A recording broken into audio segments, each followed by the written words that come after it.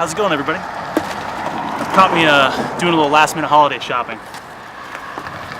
So, in the spirit of giving, this season I wanted to provide for as many of my friends as possible. But I wanted to do so in the most creative and cost-effective way I could. So, here's what I came up with. Unsui's Altoids survival kit and soda can stove. It is my belief that everyone should have a working knowledge of the basic skills of survival and emergency preparedness. There is an entire industry built around disaster preparedness, and whether it's paying for an education with classes and seminars, or through purchasing copious amounts of prepping tools and toys, it's easy to spend quite a bit of money and often not have much to speak of it when you're all said and done. That's because the sad truth is no amount of spending can remedy the problem of lack of skill, and skill can only come through practice. With this in mind, I've put together a very simple and minimalist kit using recycled or inexpensive common household items. Whether it's simply playing with these skills around the backyard or taking them out camping with you, my hope is to demystify at least the tiniest bit of the skills dubbed survivalist.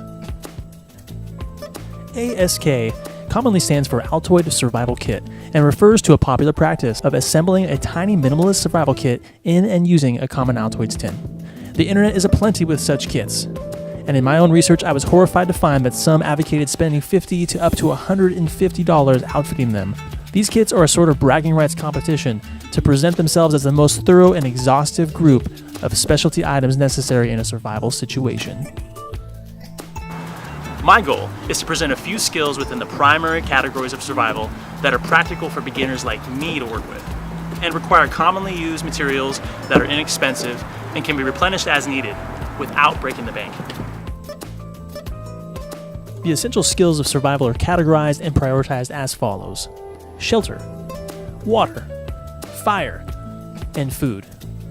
With these kits, our goal is to touch on the primary four categories with a specific focus on water and fire, which are often the most difficult and essential for multiple applications. A word about shelter. In a minimalist kit designed with recycled materials and made to fit in an Altoids tin, shelter is unfortunately going to be overlooked for now. Understand that if your aim is to develop a well-rounded set of skills, the first thing you need to get hip to is how to build, improvise, or acquire efficient shelter. Exposure to the elements can kill you in a matter of hours, and while not as sexy as learning how to whittle up a bow and arrow or counter-track and lay booby traps in full camo, that shit doesn't matter if you're dead from hypothermia. Aside from requiring safe and efficient shelter, your top priority in a survival situation is acquiring clean, drinkable water. You can die from dehydration in as little as a few days, and your cognitive function will be impaired in as little as a few hours. Our first step is collection. Find a source of flowing water as clear and clean as possible, and ideally located away from any obvious pollutants. While collecting your water, be careful not to disturb the bottom so as to get the cleanest, clearest water possible. Before we can drink our water, we need to move on to the very important next step of filtration. So in our kit, we've actually got two fairly decent options for doing some filtering of the water. The first one is right here packaged with our bag. We've got a little cone-shaped drip coffee filter. And I like these because they're actually reusable. If you're careful with them, you can use them more than once. They're a little more hardy than the other one I'll show you. And so something like this, one example of how you might use that is, here I've got just some broad leaves, and so I can set this in here, hold that in the hand, and then what I'm going to do is pour my water through that and let it drip into another container. That's a little more quick, lower tech. You're not going to get as good of a filtration or sanitation with that, but that's one option. A little bit more advanced option is the container that holds our stove. What I've done here is I've got a basic coffee filter. These are a little bit more flimsy, so probably single use. And then you can see I've got some holes that I actually heated up my nail over the stove and I burnt into the bottom of this plastic container. So those are gonna help to act as a little drip portion. The other thing you could do is improvise the use of maybe a sock, a piece of t-shirt material, or in my case here, a bandana. So I'm gonna put my bandana or my piece of cloth or whatever I might be using over the top of that, and then this lid will secure it down. In case you were wondering why there's a hole cut in the top of that, that's why. The next thing I'm going to do is open up our little oven bag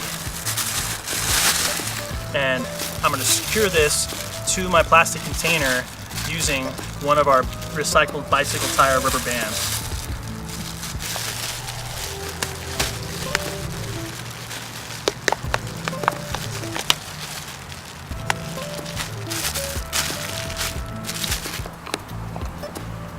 So I've got my freshly gathered creek water, and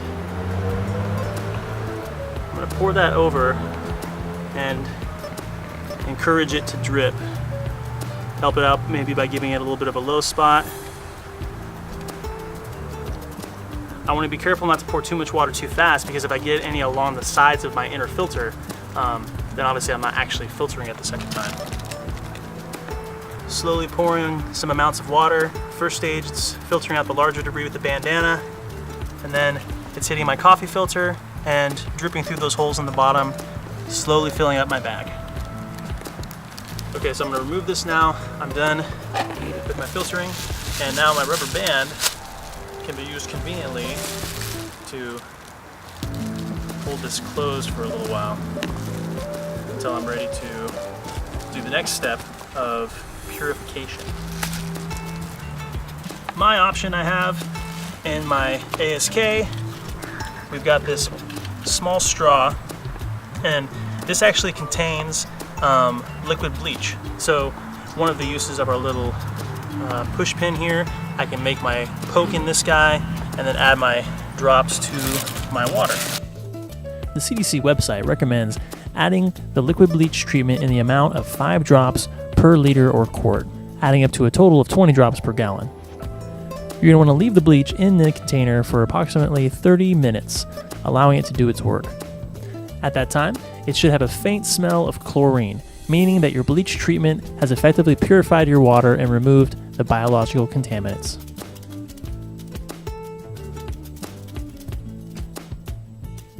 We have a couple options for fire making here in Tinder. One of the things I've done in the kits is I've included some basic just kitchen strike on the box matches.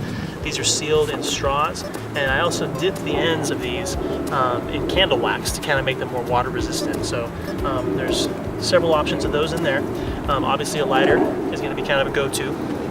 And then what I've also included is a cotton feminine product dipped in petroleum, and what that's going to do, the petroleum is going to actually extend the life of this. So this is going to work as a really, really fantastic tinder option when you're trying to start your fires. Here's a little section of it that I use my razor blade to cut off.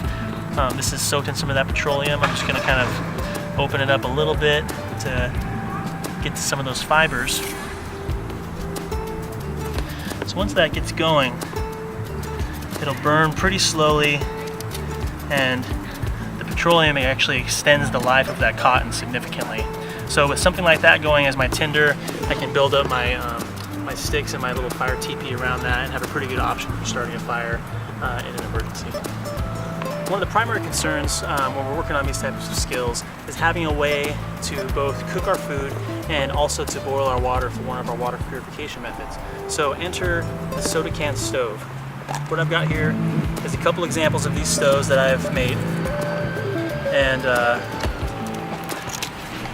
we're going to go ahead and demonstrate the process, because one of the great features of this ASK, this skills kit, is it has all the tools that you need to turn one of these into one of these.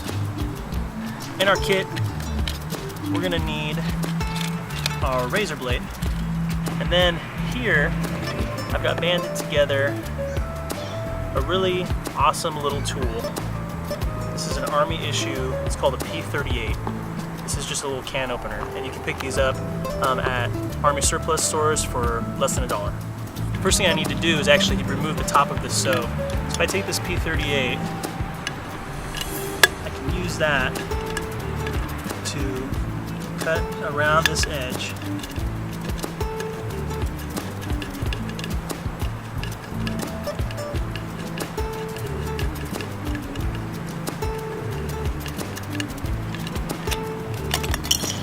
Like that.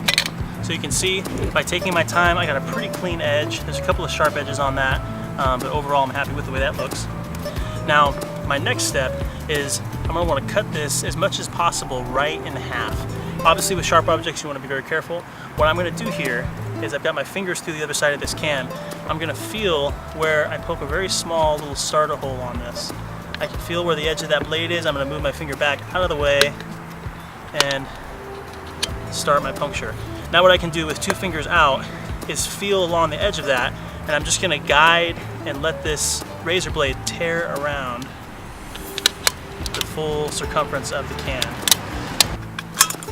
Alright, so I've got my 2 pieces. I'm done with the razor blade for now.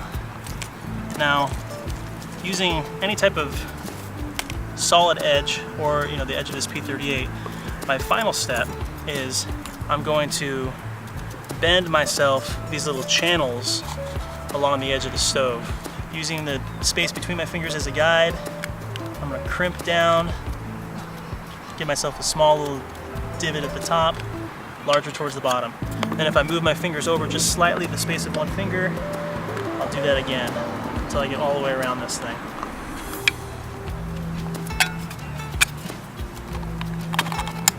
So, I've bent all of that enough. That should slide in there okay, like that.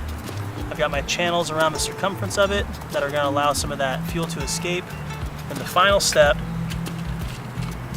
using this little guy, I'm just going to poke a little vent hole, and I'll just do more than one for good measure. So there you have it. Pretty quick and easy. Using the tools that are available in the kit here, I can whip up one of these guys for myself, and now I have a way to cook my food, boil my water. Alright, so we're about to set up for our boil. Now, as a side note, if you have a different type of container, maybe a plastic water bottle, you can hold that close to your body. I just have this tucked to my belt, and that way my body heat's going to warm that up a little bit, so I can save on the amount of fuel I use to have to bring it to a boil. So just as a little option you might have. Now I've got a little bit of a reflective surface to set my stove on top of. So I've got my stove,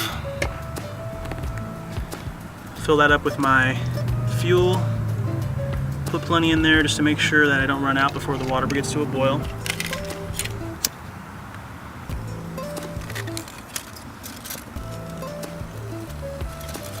Alright, so we have fire. Let's go ahead and put our water in this. So now, there we go. Now that we've successfully developed a way to boil our water for purification, we are ready to start cooking. Whether it's beans, rice, a little mountain house pack, or perhaps chopping up a snake and throwing it in to make a survival stew, it's time to make some food. So in our ASK we have a couple of specialty items that can be used to improvise a basic survival snare. Now, just as a little disclaimer, in most states it is highly illegal to trap any sort of animal with an improvised or primitive snare. So this is just for illustrative purposes. I'm going to encourage you not to try this at home. But what I have here is a 45-pound test fishing leader, and I picked this up at Walmart. I think there were 6 of them in the pack for about $2.50. On our survival spool, we've got a little bit of dental floss, so I'm going to use that to tie off to my swivel and set this off of a trail, maybe tie that off to something solid. So the idea with this is that as that loop sits at the little divot I've made, this will sit on my trail. And with some basic tracking skills, I can set this off of a trail or an animal run, and an animal is going to come through this, it's going to loop over their head, and then they'll get frightened and it'll be a death by strangulation. So let me go ahead and set this on a little trail, and let's see if we can find ourselves some dinner with this trapping method. No ID, common sense. I go by the name of M-Born. Yo, I staggered in the lab again, possessed by my soul that's deep inside my abdomen. I let it fly like javelins over the globe with my vocals. I'm traveling, belittling, bedazzle. I'm the chosen one like Anakin.